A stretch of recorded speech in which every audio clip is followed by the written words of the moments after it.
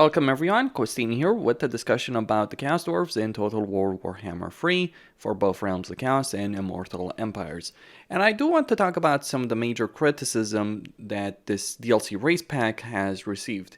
The majority of the criticism on Steam, if we look at the Steam reviews and what people are saying, centers around the price. And I think that is a perfectly fair and legitimate piece of criticism. I honestly don't understand people who defend when companies raise prices. Like, are you really concerned about the company that's making almost $300 million? Or are you perhaps concerned about maybe the person who's been dealing with double-digit inflation, or maybe has had prices in their daily life doubled on some very basic goods, maybe not being able to afford as much in their daily lives and being screwed over by companies left and right who just can't do it. And that's really the case with this DLC. Creative Assembly and Sega are increasing the prices because they can do it, not because they need to, not because inflation is an issue. A lot of people talk about, well, game development has vastly increased in terms of costs, and inflation obviously has hit companies as well. There's a fair argument, but here's also a reality that has happened, especially over the last couple of years, but even before that. Profits from AAA gaming companies have also increased substantially, very substantially.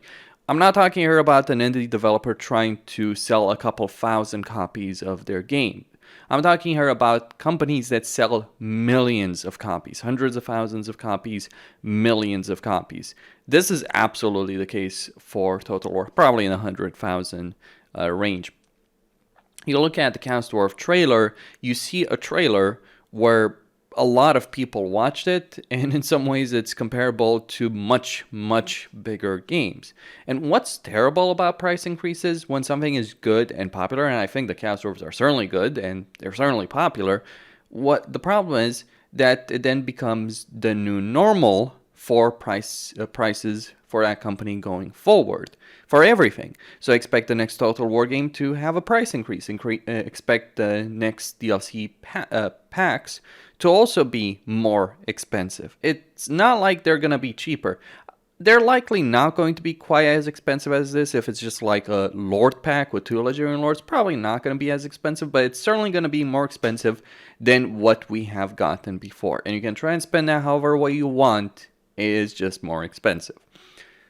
That is a perfectly legitimate criticism, though it is certainly not one you would hear a lot of on YouTube, because I'll be quite honest, there's a lot of reasons why content creators wouldn't care.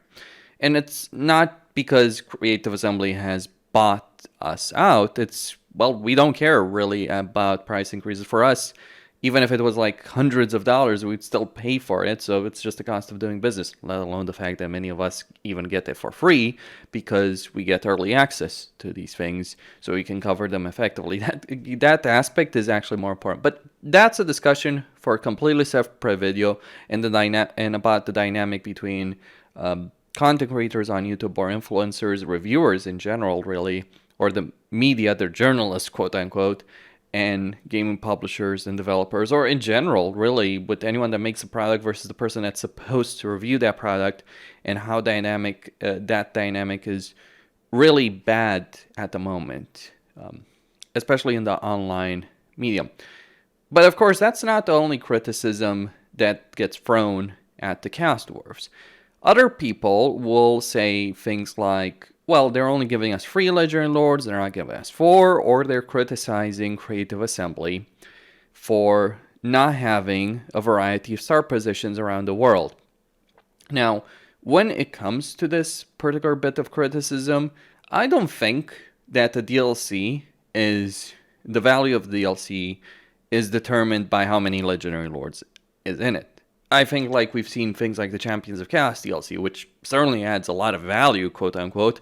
But look at the campaigns of the Champions of Chaos DLC. They're, one, not the best campaigns for the Warriors of Chaos, and 2, Village, for instance, is certainly not the great Legendary Lord to play. And in fact, I'm pretty sure, like, outside of Valkia and perhaps Festus, the other ones are just, Azazel and Village, are just not really that popular. I'm pretty certain Archeon and Be'lakor, even Sigvald or Kolic are actually far more popular than Village or Azazel, let alone how Valkia is probably the most popular of all of them. But popularity doesn't necessarily mean something is good or bad, though I think a lot of the campaigns for Champions of Chaos don't necessarily feel that great. And there's, of course, issues with adding more Legendary Lords right now in Immortal Empires, but I don't think the number of Legendary Lords determines the quality of a DLC. I also don't think that a variety of star positions determines the quality of the DLC either. Let me go in game and explain. To understand the issue with adding Legendary Lords, and certainly one major concern I had with the Chaos Dwarfs before they came out, I wasn't concerned about how many Legendary Lords they were going to add. I was concerned about how they were going to make them work within the context of the map of Immortal Empires, because there's quite a lot of problems when you start thinking about adding Legendary Lords within Immortal Empires at the moment. To put it simply, the map is very crowded, and while it certainly works for Astrogoth and Drazov to be added right now, and certainly there's enough space as well over here for some like Neferata, it wouldn't work if they added another Legendary Lord of the Chaos Dwarfs at the moment in the Darklands. People have complained, oh, Gorf the Cruel should have been a Legendary Lord. I'm like, adding a Legendary Lord that literally starts next to Grimgor would have worked very, very poorly. In more ways than one. Either because you defeat Grimgor very quickly and thus you eliminate one of the major issues the Council should be dealing with in their campaign, or he's a major threat that burns your entire empire to the ground. Not exactly a great starting situation. The Silver Pinnacle is clearly reserved for Neferata based on what I'm seeing over here. Like, you look at the Silver Pinnacle right now, you look at the Lamian Sisterhood, which is supposed to be led by Neferata, and she's likely going to be in a DLC pack one way or another in the future, maybe even the next DLC pack, or the one after that. I am hoping for a Dwarf rework, I'm hoping for an Empire rework, perhaps based on the template of some of the things that Creative Assembly has done with the Chaos Dwarfs, but discussion for another video that I've already had. But you look at the starting position that Khalid starts in right now. You have the Silver Pinnacle, you have an army, you have the Dripping Fangs over here led by Dusty 2.0. Maybe CA should change that name. But you do clearly have a province that's a starting position for a Legendary Lord. But that's for Neferata. There's also other space as well here as Nagashisar, though enjoy playing as Nagash if they do add them here as a start position as it currently is, sandwiched between Emmerich and Queek, both of which probably hate you. I mean, if you start with a non-aggression pact with Queek, which Nagash did certainly do in the lore at certain points, then maybe, but having a war with Emmerich early on, you better have a pretty damn good early game army, because it is going to be rough with dealing with that. Pretty damn rough dealing with that. But I do think Nagash is going to come in at some point in the future of the game. Like, there you have two Legendary Lords for a DLC, Neferata and Nagash. But either way, right now it would be difficult adding a third Legendary Lord in Darklands itself. And this is actually a problem for Zaytan's campaign, because it makes it awkward, to say the least. Like, if Zaytan started maybe in Bloodwing Keep and was making his way west, that wouldn't be so bad, because you would just expand west and you deal with Grimgor, maybe then turn around to deal with Cafe. But right now you're expanding east while a major biblical threat is on your backside right there, and makes the campaign pretty awkward and really kind of ruins Zaytan's campaign. He has a lot of power in his campaign, but just being sandwiched between expanding to the east, which you want to do because of your victory conditions, and having Grimgor on your backside is certainly going to limit your campaign potential. But what about variety around the world? I mean, you could put a Chaos Dwarf technically in any particular part of the game. I don't think that works. I think certainly the criticism that was leveled at CA, well, like Ungrim initially starting in Karazak and Warhammer 1, was perfectly fine. I think it was perfectly fine for a lot of people to complain about Legendary Lords all starting in the same position, like at Dragonhof or Altor or Karazak or Blackcrag. That was perfectly legitimate. But I think that Creative Assembly has overreacted with the way things are doing right now. Like, what is the sense in having Grumbrindle starting over here in Karazak, not starting over here in Karazak, and instead starting right next to Malekith? I mean, certainly it does make for a more unique Dwarven campaign, but it also kind of ruins it, because it's not exactly a great campaign. It's not exactly a campaign that fits Grumbrindle, most importantly, because Grumbrindle is supposed to be this force that's helping out the dwarves across the world. Well, he's doing jack shit for the dwarves in his campaign. that's the case. Maybe he should be a Horde army, though. Yeah, I think Creative Assembly is moving away from Horde armies, considering the way they handled them in the past and the reaction to that. But at the same time, I do think that CA trying to have a unique start position for every Legendary Lord and diversifying those start positions as well has made a lot of campaigns be pretty bad. Like, who plays Kazrak, for instance, right now in Warhammer 3? Almost no one. Like, if you want to play a Beastman campaign, there's much better choices. Or Katep for the Tomb Kings, or even Khalida for the Tomb Kings. Like, if you're playing a Tomb Kings campaign, I'm pretty certain like 80-90% of player base is either going to play Cetra or Archon. There's a lot of cases like that where you have a significant roster of legendary lords for a particular race, and a lot of campaigns are just ruined because of their start position. Like Teclis has always been in this particular situation, and because he's always starting away from the other elves, and that doesn't work quite as well. And it also doesn't really fit his character for him to be like in the isolated corner of the world. He should be out there helping the races of order, trying to contain the forces of chaos. That's what he does in the lore. Instead, he's on the merry-go-round adventure around the world, fighting chaos in the south over here. Sure, fair enough, but it just doesn't really work, doesn't fit his character. So there's certainly major problems that have been created with that. So I think if they had added the 4th Legendary Lord, it would have been pretty bad. I think they could have actually taken out a Legendary Lord for the Chaos Dwarfs, and it would have been pretty fine as it is. And with the variety aspect, I think it's certainly much better what CA has decided to do with the Chaos Dwarfs, where you have a race that all of the Legendary Lords kind of start in the same area, but they do have very different campaigns. Drazov has to deal with the Thunderdome 3.0 in the south. Astrogoth has to deal with the situation in the north and with Grimgor the earliest, and Zaytan is off on his Cafean adventure. So there is a diversity in the campaigns, but there's also a genuine amount of cooperation. If you're playing a Chaos Dwarf Legendary Lord, you actually care about what the other Chaos Dwarf Legendary Lords do. This is one of the reasons Zaytan's campaign doesn't work so well, because you want to go over here and ignore everyone else, but the best way to play a Chaos Dwarf campaign is to get a lot of seats together in the Tower Czar for the district benefits, and then confederate the other two and make a mega empire with that. It's what the Empire and the Dwarves should have in their campaigns. Zaytan is just poorly suited for that. But Astrogoth and Drazov, very well suited to tackle that particular challenge. And I like the fact that there's this kind of rivalry that they have, but also cooperation in their campaign, and it is much better than just throwing them on completely different sides of the world just to talk about having a variety of starting positions. That's just my opinion about the Chaos Dwarves, and I certainly don't think the value of a DLC is determined by that. It's like going in a shooter and saying, oh, this DLC is better because it has more guns relative to the other. Yeah, but what's the quality of each individual gun? Similarly, with the Chaos Dwarves, I don't think the value of the Chaos Dwarf DLC pack is determined by how many Legendary Lords or how diverse their start positions are. I think it's determined by how good the campaigns are. Drazov and Astrogoth have pretty good campaigns. Drazov in particular is an amazing campaign. I love it. I think he's probably got one of the best campaigns in the game right now, one of the most fun campaigns to play in the game right now. But there's certainly a lot of potential with Astrogoth. I had a lot of fun playing like 30 turns as Astrogoth dealing with Grimgor. Well, I dealt with Grimgor within like 20 turns, and I expanded across a good array of territory. I might even continue that campaign when I do get the time to do so.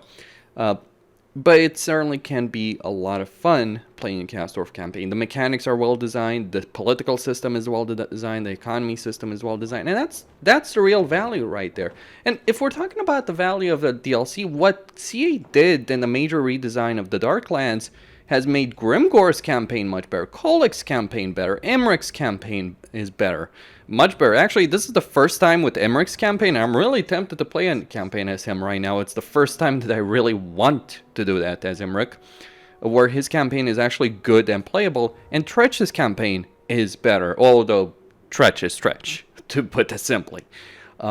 So all the campaigns, like if we want to talk about like what we got quote-unquote for free, or the free part that affects lords even if you don't buy this DLC, yeah, you'll get better campaigns if you play those 4 Legendary Lords. Much better campaigns as Emeric, Tretch, Kolik, and Grimgor especially. Like I really like how Grimgor is this insane level threat on the campaign map right now. He already was, but right now he's even worse than before, and I think it fits him so well to do so, to be such a threat. So I do like what Creative Assembly did. It is a major redesign. It's probably the most significant map change that they've ever done for a DLC in any Total War game. I could be wrong. Feel free to contradict me, but I can't think of any other more significant map change that they did with what they did with the redesign of the Darklands. And it's not just because, oh, they added a bunch of Chaos Dwarf factions. No, it's the way the terrain has been done, the way the provinces have been done, the regions have been done, the addition of landmarks. It's pretty damn good. Now, some people would say, well, the Darklands may have, maybe they should have been like this from the very start of the game.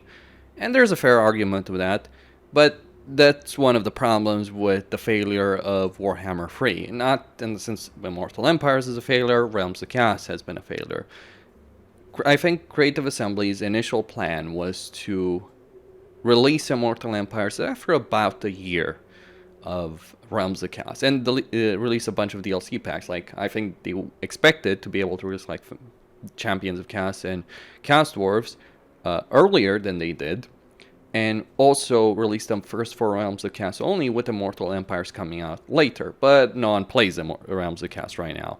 If you do a poll, if you look at videos of Realms of Chaos, no one cares about Realms of Chaos. Like, the proportion of player base that cares about it is like 10-20% of it that barely bothers with Realms of Chaos right now. Sure, there's some people that leave angry comments, I love Realms of Chaos. Well, guess what? You're in the minority, my friend. You represent barely 10% of the player base, 20% at most, that cares in some way, shape, or form about Realms of Chaos to some extent. And even out of those, the vast majority of them are going to spend the vast majority of their time in Immortal Empires, and that's just because of how much CA has failed with that particular mode and all the problems that has caused. So now they're playing catch up, and we're paying the price for it as well. Like, you could say that we're paying a significant price for the Chaos Dwarf DLC because Creative Assembly is trying to recoup the lost profits, because they had to put a lot of effort in releasing Immortal Empires as quickly as they did. There were a lot of issues with that, and it cost them, not necessarily in the sense that they didn't make money with Warhammer 3, they clearly did, but they absolutely did not want to do things the way they did. And the way they probably see it is that they lost a significant amount of potential profits with that, with the failure of Realms of Chaos specifically. And also, you can be certain that CA would not have wanted initially to release Immortal Empires quote-unquote for free for everyone that simply owns Warhammer 3, but they did it. Maybe they would have done it eventually, but certainly not as quickly as they ended up doing it at the moment. And that's also a cost for them, or potentially lost profits, and you see the issues that get created at the moment. Make no mistake, by the way, that's all bullshit. Creative Assembly still has made a lot of money, so they're price gouging to make up for potentially lost profits, but they're still making huge amounts of cash. Now, if only they stopped trying to corner the market on the Apex Legends shooter side of things, maybe they'd do better as a company. Just a perspective on that. I'm not saying Hyenas is going to be a bad game, but I'm like, why are you releasing a free-to-play survival shooter like that, or whatever Hyenas is going to be like? I mean, Alien Isolation was an amazing game. It didn't quite end up working so well for them financially, though. I'm just looking at Hyenas and scratching my head thinking about why is CA doing this? Well, probably because CA has tried and tried and tried again multiple times to branch out in the past with the games they're doing, or rather Sega forced them to, and it hasn't necessarily worked out for the best for them. But anyway, we'll see what comes of it. But that's my genuine opinion. I think when it comes to Legendary Lord variety, starting positions, that and like the quote-unquote value of the DLC, I think the DLC certainly is good. I think the problem with the price increase is that the price increase always sucks. It's never good for the consumer to have a price increase for something that the company is going to sell very, very well and has. It just shows corporate greed, and it creates a lot of problems down the line. Kosin, signing out.